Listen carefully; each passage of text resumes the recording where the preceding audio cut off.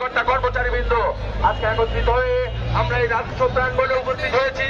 আমাদের একটাই দাবি, আমাদের এই জাতীয় রাজস্ব বোর্ডের একটি টেকসই সংস্কার হোক এবং এই জাতীয় রাজস্ব বোর্ডের যে চেয়ারম্যান যিনি আছেন, যিনি আমাদের এই জাতীয় রাজস্ব বোর্ডকে অন্য জায়গায় দিয়ে দিকে যাবো না ইনশাল্লাহ।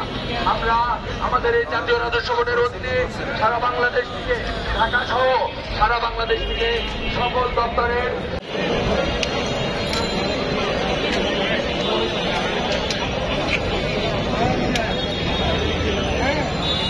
আমাদের এই পাশে যে রাজস্ব যোদ্ধাগণ আছে আপনাদেরকে বিশেষভাবে অনুরোধ করবো, আপনারা এলোমেলো দাঁড়িয়ে না থেকে আপনারা এখানে এসে বসে পড়েন।